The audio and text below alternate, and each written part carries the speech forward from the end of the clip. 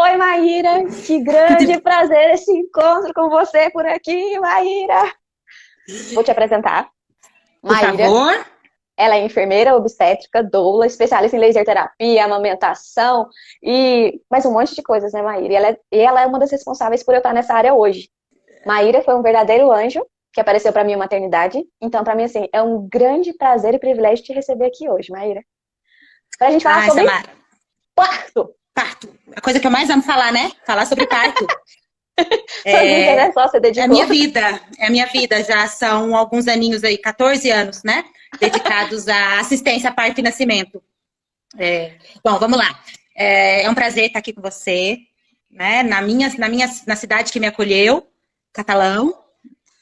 Trabalhei aqui durante quase 10 anos, aqui no município. Estou muito feliz, muito grata por ter participado um pouquinho da sua história. Tô vendo bastante gente que me conhece, tá entrando. E eu tô muito grata mesmo de ter essa oportunidade de participar junto com você. Muito feliz pela sua trajetória, muito orgulhosa, vendo o que você está fazendo pelas mulheres aqui, né, pela assistência perinatal, tanto na gestação, quanto no parto, quanto relacionado à amamentação. E estou muito feliz de verdade, viu, Samara? Eu participei um pouquinho, né, da sua gestação, do Gabriel, e agora aí da Maria Luísa. Agora vamos estar juntinho aí Agora até. sim! Agora vai. Agora sim!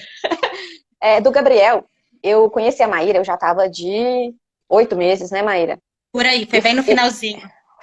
foi algo muito marcante, porque eu me sentia perdida, desorientada. Eu tava ali com o obstetra, eu tava fazendo todo o acompanhamento, mas eu sentia falta de um suporte emocional. Eu sentia falta de uma disponibilidade de alguém para me orientar naquele momento. Não tinha. E eu fui passando várias questões e ficava em aberto. E tipo assim, ok, lide com isso. E eu não tinha na época formação, mesmo sendo psicóloga, eu não tinha formação e capacitação para lidar com isso. E a Maíra foi assim, ímpar na minha vida nesse momento. E agora, que eu já estou grávida, dia Maria Luísa, Maíra já tá fechada, já é minha doula, meu parto já vai ser diferente. Vamos ressignificar e reescrever essa história. Que eu tenho uma história de E, violência obstétrica. Vamos reescrever isso, Maíra. Vamos e ressignificar. o que foi muito complicado para você, eu sei disso, né? Pelo que você vivenciou na sua cesariana, né? Principalmente no que disse no pós-parto, que você, pelo que você passou. E eu vejo hoje você contando a sua história, né? E eu acho muito legal você estar buscando, se empoderando, né? Trabalhando hoje, né? Não só vivenciando a maternidade, como trabalhando pelas parturientes. Tem gente entrando aí que eu amo. Oi, Dani, sua linda, um beijo. A gente ama. E a gente ama, né? Aham.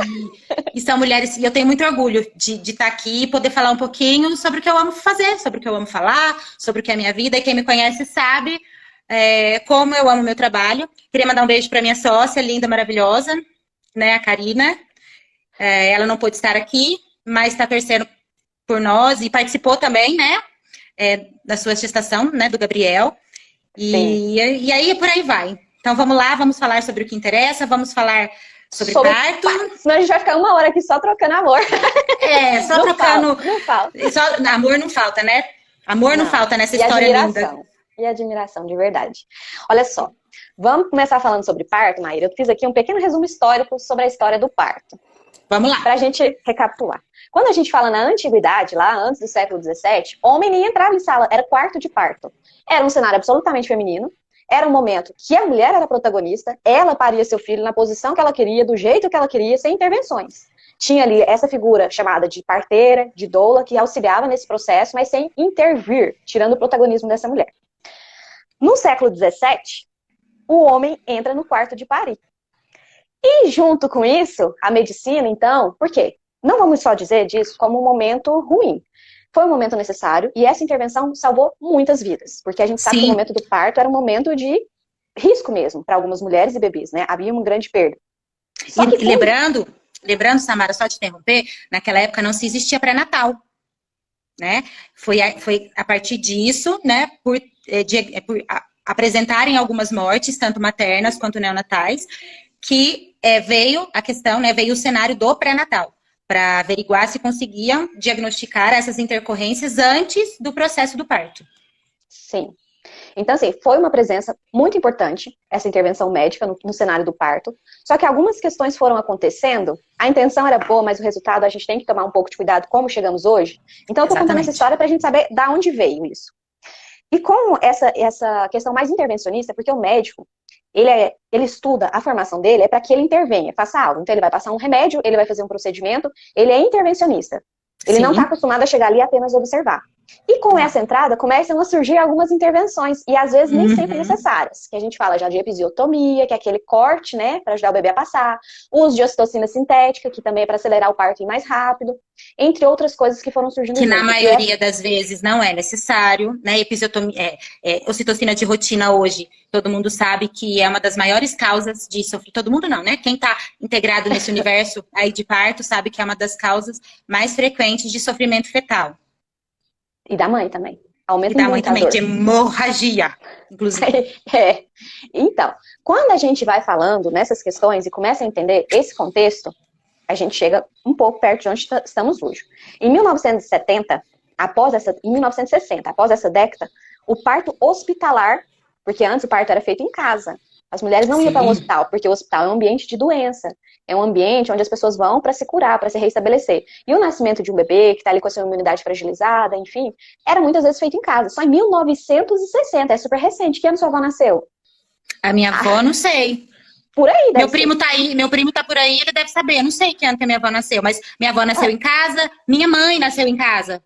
Sim, Minha avó então teve é uma 11 história filhos em muito casa. recente. É recente. Então, assim, as mulheres ganhavam seus bebês em casa com doulas e parteiras. A maioria. Só em 1960 é que começou a se tornar uma rotina ir para o hospital. Antes até as mulheres evitavam, tinham medo de ter esse bebê no hospital. Mas a presença, ter um bebê no hospital também fez diferença para aqueles casos em que era necessário. De modo algum a gente está banalizando isso. Existem benefícios e malefícios de tudo. Inclusive, Samara, existem muitas mulheres, né, que têm essa necessidade, até mesmo inconsciente, de ter o parto dentro do hospital. E eu acho isso legal. Para muitas... Calma, eu vou mudar essa cabeça, tá, querida? Para muitas mulheres, o que hoje a Organização Mundial da Saúde fala? Que o lugar ideal para a mulher parir é o lugar onde ela se sente mais segura. Né? Para muitas mulheres, o lugar seguro é o hospital, e a gente, tá junto, beleza. Né? O que eu luto muito, o que eu sempre falo, é para que a mulher tenha uma escolha consciente do tipo de parto que ela quer. Por exemplo, eu já tive mulheres pariu comigo. Tem muita gente aí que eu tô vendo que já entrou que pariu comigo. Tem muitas mulheres que, assim, às vezes optam pelo parto domiciliar, né? Mas aí aquele parto fica arrastado, demorado, tenso. A partir do momento que é cogitada a possibilidade de ir para o hospital, a coisa deslancha, né? E aí acontece o parto da forma mais tranquila, né? Então, é importante frisar isso. Não estou aqui, apesar de atender parto em casa, não estou aqui para defender o parto domiciliar. Defendo, mas a nossa intenção aqui é de orientação e empoderamento para que a mulher tenha uma escolha consciente do tipo de parto que ela quer ter e do local de parto também que ela quer ter. Justamente, Maíra. Você disse bastante a principal questão de um parto humanizado. Independente se é parto normal, independente se é parto cesárea, o que é um parto humanizado? É um parto em que a mulher é protagonista da cena. É ela que vai decidir o que é melhor para ela. A gente pode dizer as técnicas, as vantagens, as desvantagens, mas essa é uma escolha que cabe somente a ela, porque o que é bom para mim nem sempre é bom para o outro. E esse protagonismo precisa ser respeitado. E eu vou te falar uma coisa, eu já acompanhei partos domiciliares em que tiveram violências obstétricas, em que não foi humanizado. Então não é porque o parto é domiciliar que o parto vai ser humanizado, né? O parto humanizado é o respeito pelo processo fisiológico do parto e nascimento. Né? Sendo a mulher, o casal, o bebê, os protagonistas dessa história, né? Porque durante o parto podem acontecer as distócias, que a gente chama, né? Que o que é uma distócia? É quando sai daquilo que a gente espera, né? Quando acontece alguma coisa em que a fisiologia não tá ok, né? E aí sim a gente precisa intervir. E quando a gente fala em parto humanizado, é o respeito por essa fisiologia, né? Intervindo apenas no caso de uma distócia. Ah, tá, mas a cesariana pode ser humanizada? Primeiro, a gente tem que distinguir um pouquinho isso, porque cesariana não é parto. Cesariana é uma cirurgia, né? É uma via de parto, vamos dizer assim. que salva vidas, tá? Que a gente tem que deixar claro aqui, que salva vidas. Em muitos casos, a gente vai falar lá na frente, ela é necessária, ela é extremamente bem-vinda. E quando a mulher escolhe, né, por uma cesariana agendada, vamos dizer assim, o que a gente sempre fala é que ela tem que ter ciência dos riscos que uma cirurgia pode trazer tanto para ela quanto para o bebê.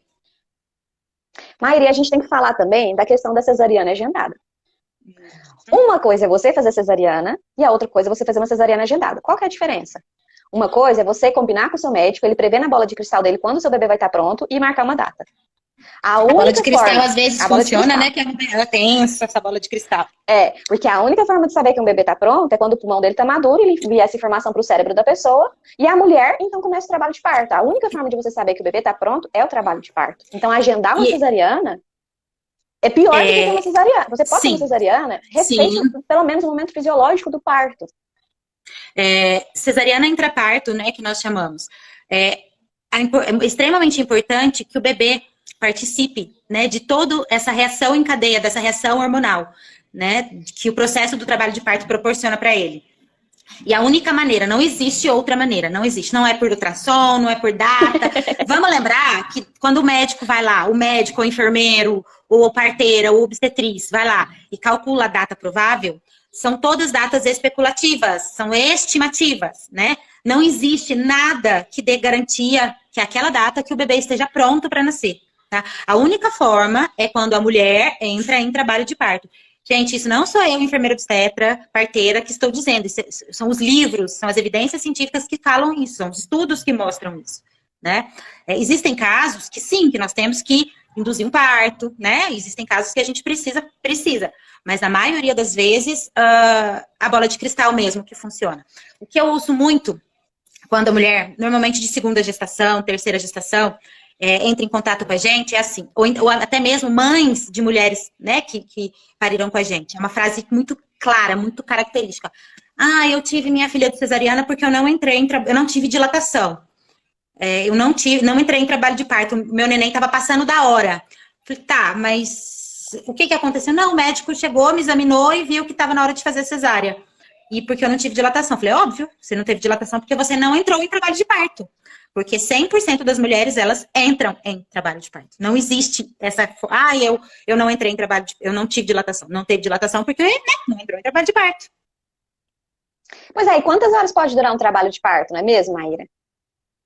Não tem como dizer. Quando a gente pega... Porque eu estava pegando aqui nos meus estudos, no Brasil hoje, 56% dos partos são feitos por cesárea. 56%. Com uma diferença entre SUS e rede particular. No SUS, 40% e no privado, 85%. Vamos lá, vamos conversar sobre... É um assunto bem polêmico e bem legal ao mesmo tempo. Né? É complicado. O Brasil hoje é um dos campeões de morte materna e morte de neonatos. Os estudos mostram que é justamente por isso, né? Pela questão exacerbada das cesarianas, né? A nossa demanda aumentou muito, né, agora, justamente em época de Covid e tal, porque as cesarianas eletivas, vamos dizer assim, estão sendo suspensas, né? Porque as UTIs estão lotadas. E com as cesarianas há um grande número de UTI neonatal muito cheia. Então, e aí as pessoas me perguntam, quanto tempo pode durar um trabalho de parto? Não tem como falar, não tem como te dizer. Eu já acompanhei mulheres de parto domiciliar, tá? Que o trabalho de parto durou 3 dias. Ao mesmo tempo, já tive mulheres que, tipo assim, que me ligou assim, não estou sentindo nada pro neném nasceu, foi 1 hora. Entendeu? Então, não tem como eu te responder essa pergunta. A partir do momento que mãe, bebê, o trabalho de parto evoluindo, não tem tempo. Não tem como te responder isso. Sabe por que eu fiz essa pergunta, Maíra? Porque quando a gente fala em cesáreas agendadas, e nessa epidemia que está acontecendo no Brasil, a gente tem que pensar, quais são os motivos para que esteja acontecendo tantas cesáreas? Eu sei a resposta, porque eu já estudei e fiz uma pesquisa dentro das mulheres que eu já atendi. As mulheres, Tamara, ela não tem medo do parto. Ela tem medo da assistência ao parto, do profissional que vai assisti-la. Porque a partir do momento que ela tem informação, que ela vai atrás, que ela é orientada, do que vai acontecer durante essa assistência, as mulheres que tem muita gente aí que pariu comigo, que pode te falar isso. As mulheres que eu acompanho, elas são expertas no assunto. E elas viram militantes mesmo do parto humanizado por conta disso, porque elas não são enganadas. Elas estudam antes, elas buscam informação, que informação é poder. E aí tudo acontece de uma forma tranquila, mesmo que muitas vezes tenha intercorrência e tenha que ir para uma cesariana, por exemplo, né? Então, o que mais a mulher tem medo não é do parto, é da assistência ao parto. Sim. E a gente sabe que muitas vezes, dependendo da situação da cidade, quando a gente fala em parto normal, que é o parto vaginal, muitas vezes a gente tem que estar preparado para um show de horrores. Uhum. Para um show de violência obstétrica. E às vezes as mulheres optam pela cesariana para tentar diminuir um pouco isso. Sim, sim. É o que acontece com muitas mulheres, às vezes, que nos procuram. Muitas mulheres, por exemplo, elas falam que o maior medo delas é o que vai acontecer dentro do hospital, de como elas serão tratadas. E muitas delas optam por uma cesariana agendada, porque se tiver alguma intercorrência do parto normal, da violência que essa mulher vai sofrer durante o processo. Que, inclusive, pode ter você melhor do que eu, pode falar isso, que pode trazer consequências drásticas durante o pós-parto, para o resto da vida. Muitas mulheres, eu preciso encaminhar até mesmo, né, o pós-parto que vem, muitas vezes, né, atrás por causa da violência obstétrica, aí o pós-parto vira aquele caos, né? Viram uma verdadeira... Muitas mulheres desenvolvem depressão por causa disso, uma depressão pós-parto séria, e eu preciso encaminhar pro psiquiatra, para que não aconteça uma coisa mais grave. Porque quando a gente fala em parto, falando agora da minha área, da Fale. O parto é um momento, a gestação e o parto são momentos muito marcantes na vida, não só de uma mulher, mas de toda uma família. Por quê? E do bebê também, né? E do bebê também. E do bebê também, que é o comitê de recepção dele. Também vai ter impactos. Quando a gente fala na mulher, especificamente, a gente pode falar que existem 3 momentos da vida da mulher que tem maior potencial de crise.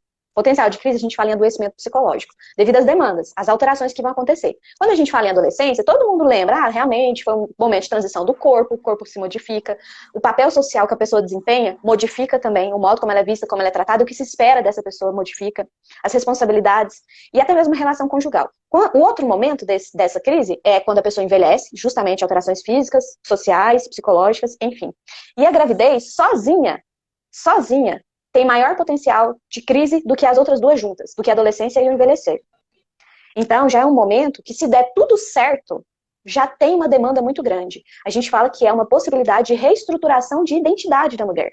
É um trabalho muito grande a ser feito durante a gravidez e no pós-parto, que a gente vai concretizar até os 2 anos de idade do bebê, mais ou menos, ela está nesse período. Então, incluindo nisso, você coloca uma violência obstétrica, que transforma esse momento de recepção do bebê, que é um momento para ser lindo para a mãe, um momento para ser lindo para o bebê, para toda uma família, em um trauma.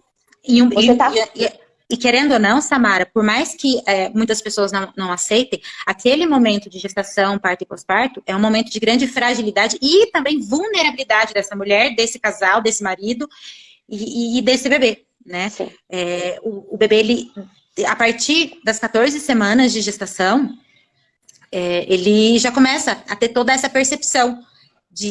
Ele começa a ouvir a voz da mãe, ele começa a perceber quando a mãe está triste, quando a mãe não está triste, né? E você, como, além de psicóloga agora, né, educadora também, perinatal, né? E pode falar muito melhor do que eu nesse sentido. E uma coisa muito importante também, a gente precisa deixar claro, a diferença dos profissionais que vão atuar nesse cenário de assistência ao parto. Porque doula não é psicólogo, né? Existem doulas psicólogas, claro, mas a formação da doula não é para este fim. E tem muitas pessoas que acham isso. Doula não pode fazer nenhum tipo de procedimento técnico, né? Quem é responsável por essa parte técnica é o outro pessoal. Doula e educadora perinatal são completamente diferentes uma função da outra. Aproveitando esse gancho, eu queria que você explicasse um pouquinho a diferença, né, da sua área enquanto psicóloga perinatal e a questão da doula e enfermeira obstetra eu entro e completo, porque precisa deixar isso muito claro. Sim, falarei. Deixa eu só concluir da violência e do pós-parto. Verdade. É muito importante eu terminar isso. Porque quando a gente fala em violência obstétrica, Maíra, assim como você citou, a gente já tem pesquisas hoje que de cada 4 pacientes, 2 vão ter alterações emocionais, cada 4 grávidas, 2 vão ter alterações emocionais significativas no pós-parto. Quando eu falo em alterações emocionais, é porque, assim, pode se desenvolver para uma patologia, e a gente chamar de depressão ou transtorno de estresse pós-traumático. Estresse pós-traumático, a gente está falando de parto, a gente está falando de violência obstétrica. Esse que a gente observa em caras que foram para a guerra e voltam, ficam emocionalmente Que destruídos. ambiguidade, né? Que ambiguidade louca é essa, No porque a gente está parto. falando do momento mais importante, muitas vezes, da vida de uma mulher, que deveria ser o momento mais importante na vida de uma mulher, e a gente fala em estresse pós-traumático. Sim. Isso é muito A louco. gente fala em adoecimento. E quando a gente fala nesse tipo de parto, nos efeitos desastrosos que esse parto pode ter, por exemplo, uma cesárea agendada, a gente vai ter uma pessoa, uma mãe, que pode ter dificuldades no aleitamento materno. Um dos principais fatores de dificuldade de aleitamento materno é agendar a cesárea. Por quê? O corpo dessa mulher não sabe que era hora de produzir leite, não estava na hora. Então vai tirar o bebê, o peito não está pronto, não tem os hormônios prontos, não vai descer leite. E aí já começa uma cascata de eventos que vai levar para um momento muito difícil. E a gente precisa falar sobre isso. E você já imaginou você, naquele pós-parto, né, toda cortada, já te tiraram, né, enfim, a sua capacidade de parir. Aí, por conta de uma cesariana agendada, você também vai perder a capacidade de nutrir a sua cria. Sim. Imagina a cabeça dessa mulher como fica. E é importante a gente falar sobre isso. Sim, a gente fala em adoecimento iatrogênico, que é causado por ações que deveriam ajudar e, na verdade, atrapalham. A mulher é fisiologicamente capaz de parir desde sempre. Só que, assim, a gente observa várias violências, mesmo que sutis, falando assim, o tamanho do seu quadril é estreito, o bebê não vai passar. Você é velha demais, o bebê não vai passar. Você é magra, você é... Enfim, inventa 1 milhão de desculpas para forçar uma cesárea, e eu tô falando isso é violência obstétrica. Isso é crime. Justamente. E aí, qual que é o papel do meu psicólogo? Eu, como psicóloga, a gente fica 5, 6, 7, eu já estou há 10 anos estudando, a parte de alterações emocionais e comportamentais do ser humano. Cada pessoa tem um motivo muito específico relacionado à sua parte genética, à sua história e ao seu contexto para ser quem é e do jeito que é. E ao longo desse processo, a pessoa pode ter alguns comportamentos que não vão ajudá-la, que talvez atrapalhem. E outros comportamentos que são potências. O meu papel como psicóloga é trabalhar com essa pessoa, fazendo um processo, uma descoberta dessa história e ajudar ela a resolver esses comportamentos problema e potencializar esses comportamentos que ela já tem de bom, basicamente. Como psicóloga perinatal, eu estou falando de um público específico. Porque o psicólogo, quando a gente estuda de um modo geral. Quando a gente fala de um psicólogo perinatal e da parentalidade, que é a minha formação, a gente fala de alguém que tem um conhecimento específico do momento da gravidez, parto, pós-parto. Isso antes mesmo, desde o planejamento familiar, até quando engravida, e depois que vai para o parto, tudo. Porque são fenômenos muito específicos na vida da família como um todo. Muito legal você frisar isso, né? Porque as pessoas acham que psicólogo perinatal e na parentalidade é só quando a mulher engravida, e não é, né? Não. É desde a pré-concepção, inclusive. Né? Sim. É desde o momento em que aquele casal ou aquela mulher está se preparando para uma futura gestação, para um futuro parto. Né? Isso é muito legal frisar e deixar bem claro aqui, para que as mulheres, os casais, busquem o profissional para ter a orientação adequada. Sim, porque quando a gente fala ali em fertilização in vitro, casos de infertilidade, preparação para adoção, você ainda não tem a criança. Mas você já pode ir trabalhando essas questões suas, do seu companheiro, enfim, para vocês estarem mais prontos e aptos e também conscientes para receberem esse bebê, para receber essa criança. E esse trabalho a gente faz com o psicólogo perinatal. Esse é o meu trabalho. E agora você. A doula, qual o papel da doula e da enfermeira obstétrica? Vamos lá, o que eu acho bem bacana, né, que eu vou usar uma frase aqui, que eu acho que quem já pariu comigo sabe, tenha uma doula para se chamar de sua, né, porque doula é vida, doula é amor, doula é transformação, e uma doula vai te trazer, vai te guiar, né, durante todo o processo de pré-concepção, de gestação, parto, pós-parto. Todo mundo, né, quem tá aqui e tem um pouquinho de conhecimento do meu trabalho. Eu comecei aqui no município, depois que eu saí do materno, a trabalhar como doula.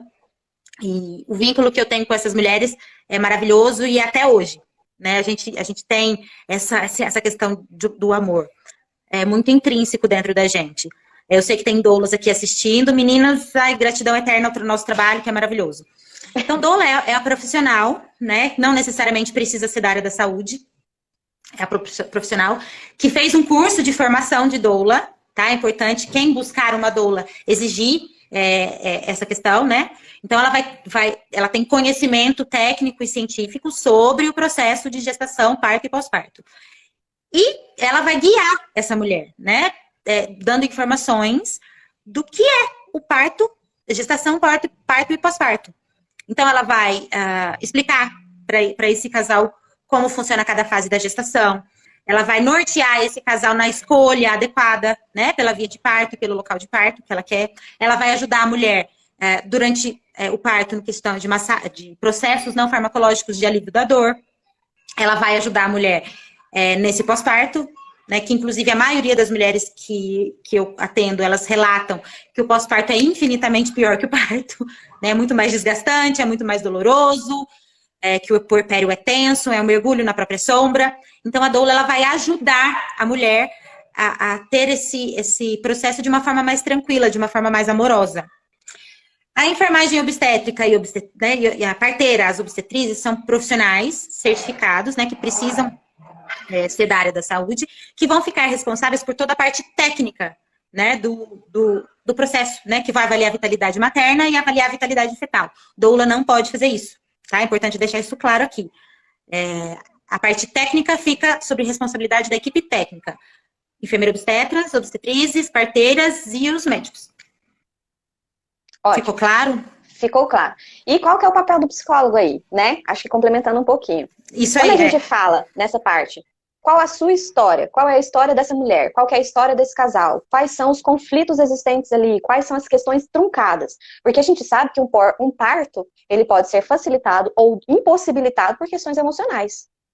E a gente precisa deixar claro que parto vai além do racional, né, Samara? O parto é um evento psicológico. O parto, exatamente, apesar de ser a parte fisiológica, que seu corpo vai saber o que fazer, se o seu emocional, se o seu psicológico tiver um entrave, você vai ter muito mais dor, você vai ter mais dificuldades, e talvez você tenha um profissional ali que já conhece o seu histórico, que já vem te acompanhando, e quem tem as técnicas, quem tem o conhecimento para fazer intervenções nesse momento, é o psicólogo. Nós estudamos exatamente a vida inteira para isso. Claro, assim, nós fazemos um conhecimento científico, né, Maíra, de comportamento, história e conhecer a pessoa. Além disso, a gente faz um processo de psicoeducação, que é importante dizer, todas essas questões de alterações, de identidade, de papéis. Quando a mulher está nesse processo de gravidez, a gente fala que ela fica num embotamento. O que isso significa? Ela fica mais introspectiva, ela se fecha um pouco, ela vai reviver um pouco da própria história dela enquanto filha, enquanto ela estava sendo gestada, como que é essa relação com essa mãe, como que é essa relação com o parceiro, se existe parceiro. A gente pode falar em gravidez solo. Porque ela pode ser uma mãe solo, claro.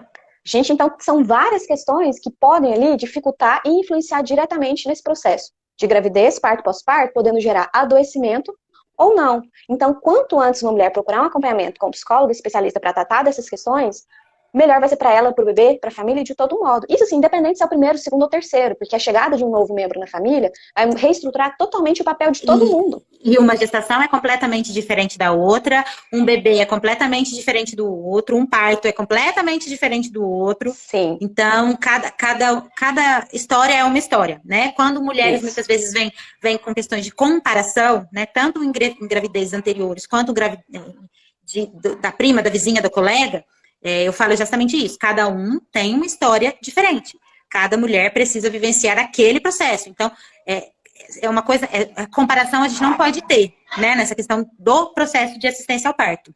Tanto na parte física, quanto na parte emocional. Perfeito. É justamente isso. E assim, quando eles falam, é a mesma mãe, eu criei meus 2 filhos do mesmo jeito. Não. Um filho vai te modificar para sempre. E quando o outro chegar, você já tem uma bagagem, você já tem uma experiência totalmente diferente, você não é a mesma pessoa. E assim, essa possibilidade de mudar para melhor, para pior, às vezes você precisar de algum acompanhamento, é importante estar atento, porque às vezes também a gente tem, Maíra, pessoas que têm uma história complicada, com seus familiares, com suas vivências, sua história de vida complicada, e acabam replicando nos seus filhos essa mesma história. Sem querer, sem intenção. E acabam tendo isso, a gente fala até que uma hereditariedade de transtornos emocionais. Porque o que não é curado na mãe, o que não é curado na família, a chance de também machucar no filho é muito grande. Então, são questões que a gente precisa estar atento. É muito legal o que a Melissa colocou aqui, que eu lembrei, na sua fala agora, eu lembrei muito do parto dela. Eu tive a oportunidade, eu arrepio, tá? Só de falar. Eu tive a oportunidade de resignificar o parto da minha mãe através do nascimento do meu filho com um parto domiciliar incrível. E o tempo todo, durante a gestação dela, ela falava muito a respeito disso, né? De como ela se sentia culpada pelas dores que a mãe dela vivenciou. né? Sendo que ela não tinha culpa nenhuma. A culpa não era dela, né? A culpa foi da assistência que a mãe dela teve. E ela se sentia culpada por isso, disso tudo, né? E aí foi onde ela começou a estudar e viu que ela podia ter uma assistência diferente. E o parto dela foi incrível, foi lindo, foi um partaço. E a fala dela é muito legal, que ela pôde resignificar o parto da mãe através do nascimento do Ravi, né? Que foi um partaço, um parto lindo. E isso é muito bonito de se ver e de se falar. Porque muitas pessoas acham que o parto é só engravidei, gestei e pari. Não, vai muito além disso. Tanto é que nas nossas aulas, né, de preparação, tem uma aula só de fases do luto. Nossa, mas parto, luto? Sim, porque num parto vai morrer uma mulher e vai nascer uma mãe. Né? E durante o parto é muito característico, é muito presente as questões das fases do luto, né? Do luto que uma pessoa vivencia, assim como tudo na vida. Sim, no pós-parto também a gente vê muito isso, né? Uhum, é uma exatamente. questão de luto pela vida social que tinha antes, luto pelo relacionamento conjugal que tinha antes, tudo muda. E Maíra, aqui na psicologia, a gente fala muito sobre parto humanizado, sobre esse processo, o tanto que é importante, até para esse bebê, o modo como ele vai ser recepcionado, essa impressão que ele fica desde a gestação, na verdade, desde a concepção, já vai influenciar na estrutura e na arquitetura cerebral desse bebê. Situações de estresse, enfim. Esse momento é tão importante que pode fazer uma alteração nesse bebê, no vínculo que ele vai criar com essa mãe. Por exemplo, uma mãe que sofreu uma violência obstétrica, que teve um parto, um momento horrível. Ela vai ter uma dificuldade de amamentação, talvez ela tenha uma dificuldade de vincular-se com seu bebê, talvez a disponibilidade dela, afetiva e emocional, seja prejudicada, e isso o bebê vai perceber e vai sofrer consequências disso. E esses impactos iniciais podem ter influência pro resto da vida. Podem perdurar por anos. Uhum. Pode ter um adulto que tenha problemas emocionais devido a esse primeiro momento. Uma mãe com depressão pós-parto, por exemplo, ela vai ter dificuldade de dar atenção para esse bebê, porque ela vai ter uma baixa energia. Ela vai estar muito consumida por isso. Uma mãe que tem um estresse pós-traumático, então, a gente nem pode calcular os danos para essa mãe, para esse bebê e para essa vivência dos dois. Numa das minhas pós que eu estou fazendo, uma frase muito marcante do Michel Odan é assim: se você quer um mundo melhor, precisamos mudar a forma de nascer. Sim. Porque esse impacto é significativo. Só que quando a gente fala nisso, entra uma questão muito importante, Maíra, porque a gente tem que falar em partos possíveis. Sim. E aí entra a importância do seu profissional, da enfermeira obstétrica e doula. Porque na prática, quem tem possibilitado isso, uma maior humanização desse momento que é tão importante, são vocês. E é por isso que eu sou tão grata por você existir e estar fazendo esse trabalho, Maíra. Porque a gente pode saber de todas essas consequências, a gente pode saber de todos esses transtornos devido a esse momento, e ainda assim a pessoa não tem muitas alternativas de como mudar. Daí, tão importante contar com a doula, com enfermeiras obstétricas humanizados e pessoas que tenham essa consciência como você. Eu costumo falar, que, como eu já falei aqui, inclusive, que informação é poder, né? E para parir no Brasil hoje, Samara, parece que a gente tem que lutar tanto, a gente tem que lutar com o plano de saúde, a gente tem que lutar com o SUS, a gente tem que lutar com o profissional que está assistindo a gente. Então, assim, quando a mulher procura, né? Eu queria ter um parto natural, um parto humanizado, mas eu tenho muito medo. O medo beleza, o medo tem que existir, né? Porque é o medo que vai fazer essa mulher buscar uma assistência melhor, tanto para ela quanto para o seu bebê. Então, o que mais a gente tem que buscar hoje é conhecimento, né? Por exemplo, existem alguns casos que o parto natural, ele não é possível, né? Mas são pouquíssimos os casos em que o parto natural, ele não é possível. Por exemplo, prolapso de cordão.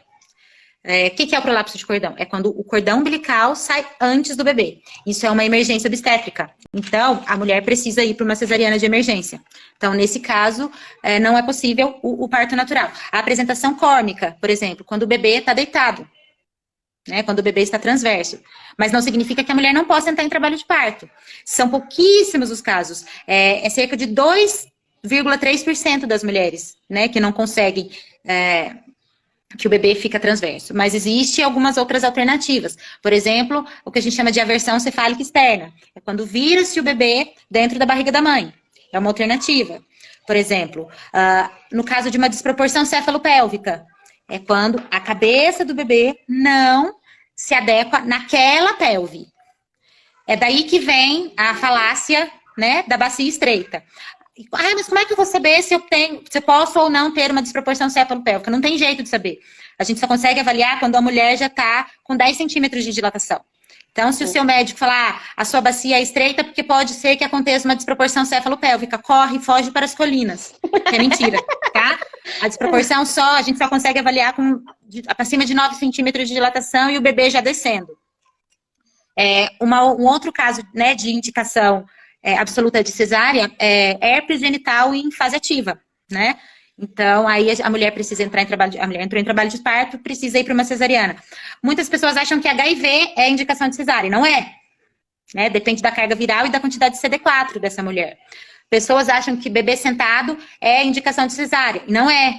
Né? Bebê pode ser virado. E existem equipes hoje no Brasil que acompanham partos pélvicos de forma, assim, ímpar, de forma linda. O que é importante, sim, ser uma equipe com experiência. Mas o bebê sentado não quer dizer que tenha que ser cesariana, não. Uma outra indicação de cesariana é o descolamento de placenta, né? Placenta descolou, então o risco de morte fetal é muito grande, né? Pode ter uma hemorragia aí, o bebê entrar em sofrimento, então precisa ser, né, indicado uma cesariana. Então, resumindo, tudo isso aqui que eu falei, a cesariana ela é extremamente bem-vinda, desde que seja feita de forma consciente, né? E de forma adequada, tanto para essa mãe quanto para esse bebê. Sim. Uma coisa que eu acho legal falar também é as indicações de cesarianas, que a cada dia eu escuto uma diferente, tá? Seria impossível eu falar aqui todas as cesarianas, assim. Mas uma delas, né, as famosas, colar, né, circular de cordão, que é o cordão enrolado no pescoço, a bacia, né, da mulher, ou porque o bebê é grande demais, ou porque o bebê é pequeno demais, a questão do líquido amniótico, né, a plata com pouco líquido tem que ir para cesárea, líquido regenera, líquido é produzido durante toda a gestação, então isso é outra falácia, isso é tudo mentira. E aí vem, né, ou porque o médico tá... Uma forma legal de saber se o seu médico ele é humanizado, né, se ele é um parteiro legal, é entrar, né, no índice de partos que ele tem, de partos naturais que ele tem, de partos normais que ele tem, o índice de cesárea que ele tem. Aí você vai saber se ele é um médico que acompanha parto normal ou se ele é um médico que só faz cesárea. Só que, quando a gente fala nisso, Maíra, ainda vem outra questão. Tem médicos que falam que são ali do parto humanizado e tal, porque faz parto vaginal, que é o parto normal. Só que... Parto vaginal não tem nada a ver com parto humanizado. Pois é, eu acho, assim, porque tem gente que acha que é sinônimo, parto normal, porque eu não consigo chamar um parto vaginal cheio de violência de parto normal. Não é normal. Não é normal. Por isso que eu falo parto vaginal, ao invés de falar. Porque tem médicos que falam, não, eu sou a favor, faço assim. E aí chega lá na hora, comete um monte de coisa desnecessária. Eu fiz até uma listinha aqui, ó. Porque quando a gente fala em parto humanizado, além das duas coisas que a gente falou, que é a mulher como protagonista, respeitar o aspecto fisiológico do parto, a terceira é baseada em evidências científicas, as práticas. Sim, sim. E tem várias práticas que a gente está cansado de ver rotineiras e que não são baseadas em evidência científica. Nós já temos até uma portaria do governo, do Ministério da Saúde, a 306 de 2016, que fala: práticas não baseadas em evidência científica, tá, gente? Fazem e não é necessário. Tricotomia, que é aquela raspagem de pelos. O jejum, deixar a mulher morrendo de fome por várias horas. Ela pode fazer uma alimentação leve, né? Inclusive, isso aí é um grande responsável por cesarianas desnecessárias, porque o bebê e a mulher, eles precisam de reserva, né? De energia, de glicose. E deixar a mulher em jejum, a chance de... obrigada, Cunha. A chance de exaustão materna e fetal é muito grande, né? Então, tanto essa mãe... Exatamente, precisa comer, gente. Parir cansa, né? É uma maratona que essa mulher vai ter que percorrer. Imagina você correr uma maratona e não comer. Pois é, gente. Quando a gente fala assim, é tão ilógico, mas é tão comum de acontecer que a gente precisa falar. Lavagem intestinal. Pelo amor do Senhor, não. Gente, o que tem? Pelo amor de Deus. A posição deitada. Não, posição de frango assado, pelo amor do Senhor. Mas isso é uma questão muito legal de se falar, que isso foi por comodidade médica. Né? Por comodidade da assistência. É mais fácil. Às vezes não é só pro médico, viu? Porque eu já vi muito parto que não é médico que acompanha, não, é enfermeiro. E o enfermeiro coloca a mulher naquela posição, né? Que a chance de laceração é muito maior, a chance de proporcionar um sofrimento fetal também é maior, de causar uma exaustão materna muito maior. Por quê? Verticalizar esse parto, Samara, é muito legal, porque a gravidade vai ajudar esse neném a nascer. Né? Aí põe ele aqui, é mais fácil pra eu ficar fazendo o exame de toque pra ficar olhando. Mas e pra mulher ou pro bebê, gente? Não precisa nem ficar fazendo exame de toque toda hora. Exame de toque fora do trabalho de parto é violência obstétrica, completamente desnecessário. Né? Outra aqui, episiotomia. Gente, já virou uma prática de rotina. Isso é só para acelerar o trabalho. E agora eles já usam essa... Se for necessário, eu farei episiotomia. Não é necessário. Em nenhuma opção é necessário fazer episiotomia. E não, gente, não sou eu que falo, tá? São estudos de anos. Né? Em que episiotomia não é necessária. A gente tá falando aqui tudo baseado em evidência científica, tá? Manobra de Christeler. Já é crime fazer e ainda é feita. Que é o enfermeiro, alguém subir em cima da mulher e empurrar o neném. Isso, machuca exatamente. O neném, quebra a costela, machuca a mulher. Pra que é isso? Pra acelerar o tempo do parto. A chance de ruptura uterina e morte materna aumenta com essa manobra. Então é aquela velha frasezinha assim, ó. Olha, eu vou dar uma ajudazinha aqui, tá? Pro seu neném nascer, tá bom? Uhum. Fica tranquilo, tá bom? Vou quebrar essa costela.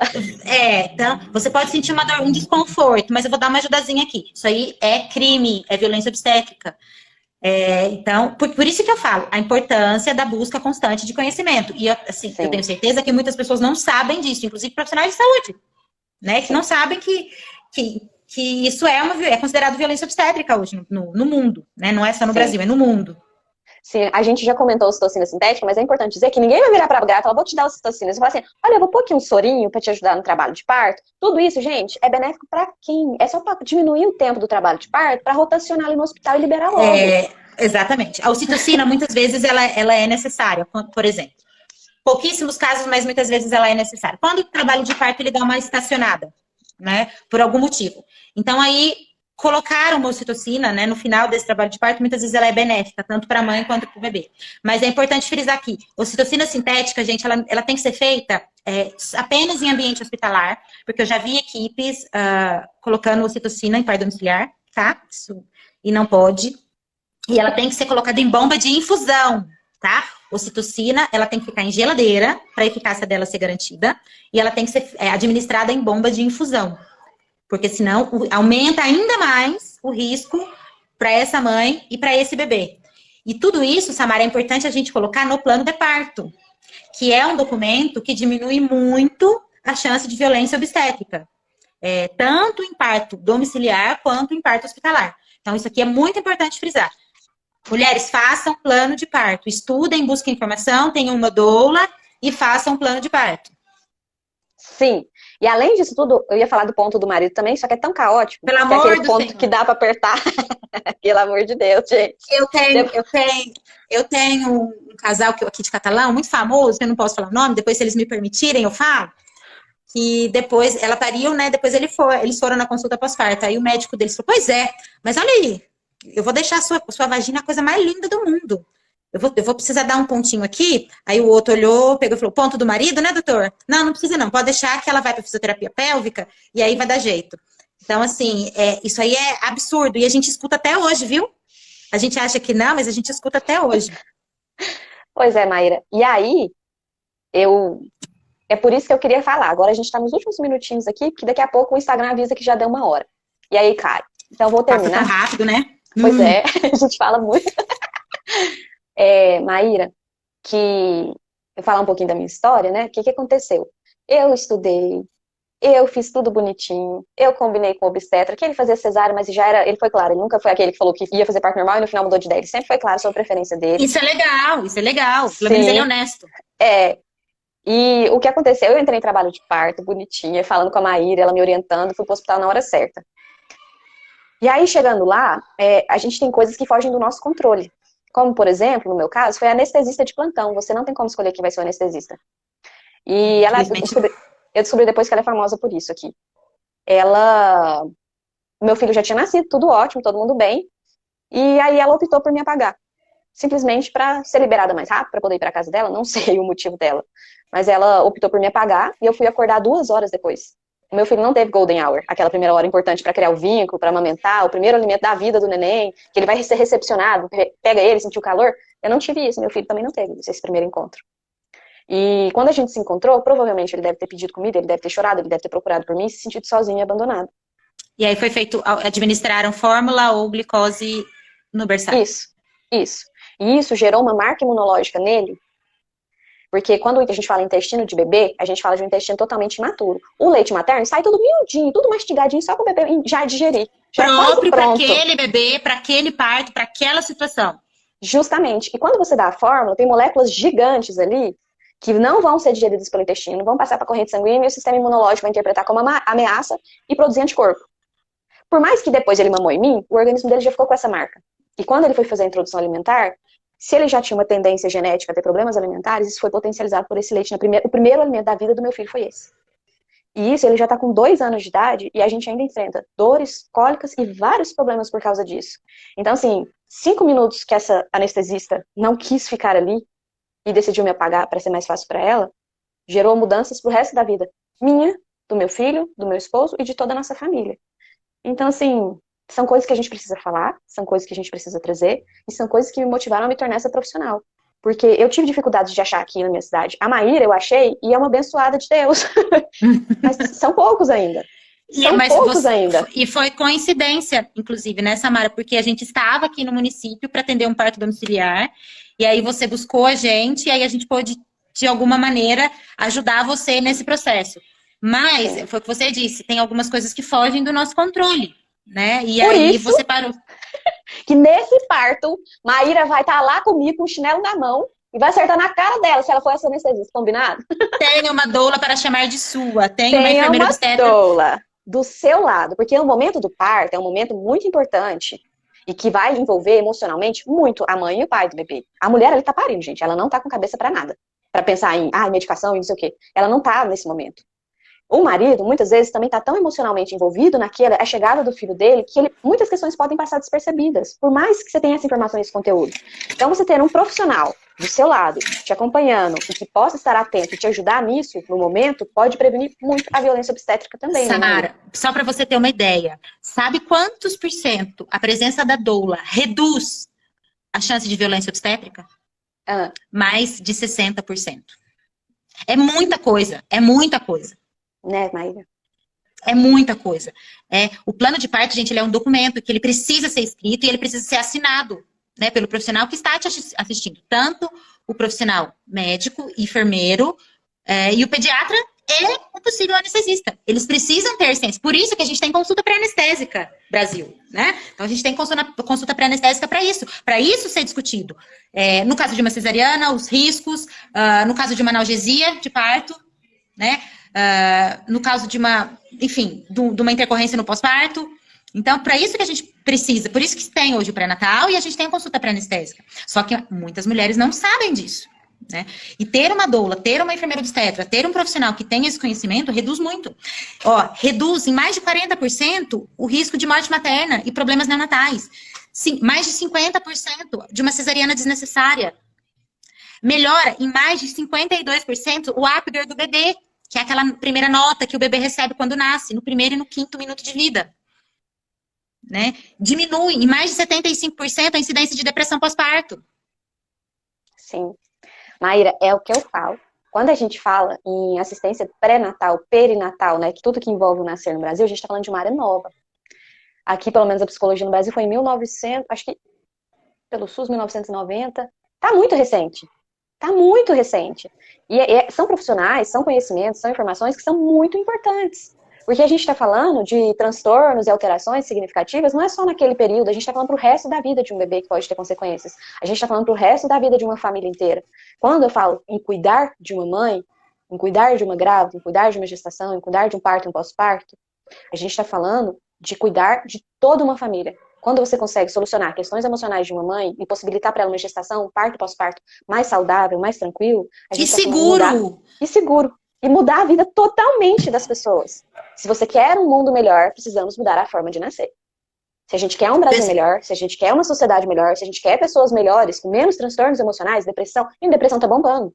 Quantas pessoas vocês conhecem? Pessoas com saúde mental, né? Pessoas com saúde mental. Sim, sim. É muito importante a gente falar sobre isso. E que bom que a gente se achou.